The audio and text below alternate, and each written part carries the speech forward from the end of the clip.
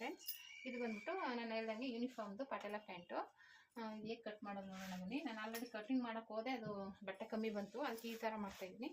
ಈ ಥರ ನಮಗೆ ಸ್ವಲ್ಪ ಕಮ್ಮಿ ಬರುತ್ತೆ ಬಟ್ಟೆ. 19 ಇಂಚ್ ಬೇಕಾಗಿತ್ತು, 1 ಇಂಚ್ ಕಮ್ಮಿ ಇದೆ, 18 ಇದೆ, ಪರವಾಗಿಲ್ಲ ನಡೆಯುತ್ತೆ. ಯಾಕೆಂದರೆ ನಮಗಿದು ಬೆಲ್ಟ್ ಬಟ್ಟೆ ಬೇಕಲ್ಲ, ಅದಕ್ಕೋಸ್ಕರ ಈ ಕಡೆ ಕಟಿಂಗ್ ಮಾಡಿಕೊಂಡ್ರೆ ಇದು ಬೆಲ್ಟ್ಗಾಗುತ್ತೆ. ಇಲ್ಲಾಂದರೆ ಬೆಲ್ಟಿಗೆ ಬಟ್ಟೆ ಸಾಕಾಗ್ತಿರ್ಲಿಲ್ಲ.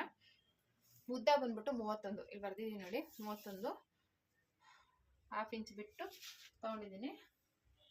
31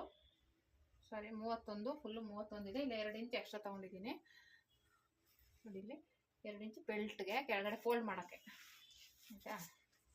ಮತ್ತು ಈ ಕಡೆ ಇಲ್ಲಿ ಬಂದ್ಬಿಟ್ಟು 9 ಇಂಚ್ ತೊಗೊಂಡಿದ್ದೀನಿ, 9.5. ಇಲ್ಲಿ ಬಂದ್ಬಿಟ್ಟು 9.5, 8.5 1 ಇಂಚು ಎಕ್ಸ್ಟ್ರಾ ಸ್ಟಿಚಿಂಗ್ ಬಿಟ್ಟಿದ್ದೀನಿ. ಇಲ್ಲಿ ಬಂದ್ಬಿಟ್ಟು 6.5, ಇಲ್ಲಿ ಬಂದ್ಬಿಟ್ಟು 6.5 ತೊಗೊಂಡಿದ್ದೀನಿ ನೋಡಿ. ಇಲ್ಲಿ 6.5 ಬರ್ತಿದ್ದೀನಿ, 6.5 ತೊಗೊಂಡಿದ್ದೀನಿ. ಇವಾಗ ಇಲ್ಲಿಂದ ಜಾಯಿಂಟ್ ಮಾಡ್ಕೊಂಡಿದ್ದೀನಿ ನೋಡಿ. ಇವಾಗ ಇದು ಮಾರ್ಕ್ ಮಾಡ್ಕೊಂಡಿದ್ದೀನಿ. ಫ್ರಿಲ್ಲೆಲ್ಲ ಇಡಬೇಕು, ಇದು ಮಧ್ಯ ಬರುತ್ತೆ.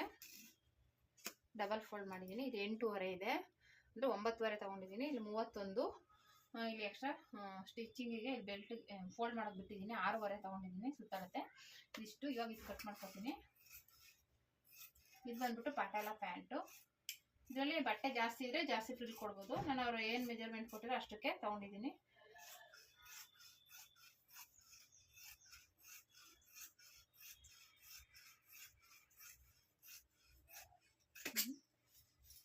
ಅಷ್ಟಾಯ್ತು. ಇವಾಗ ಇಲ್ಲಿಂದ ಸ್ವಲ್ಪ ಈ ರೀತಿ ಕ್ರಾಸ್ ಆಗಿ ತೆಗೆದುಬಿಟ್ರೆ ಆಯ್ತು.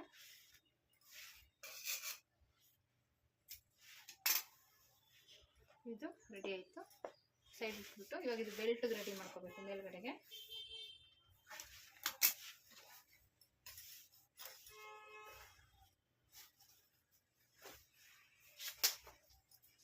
ಮೇಲ್ಗಡೆಗೆ 9.5 ಇದೆ. 9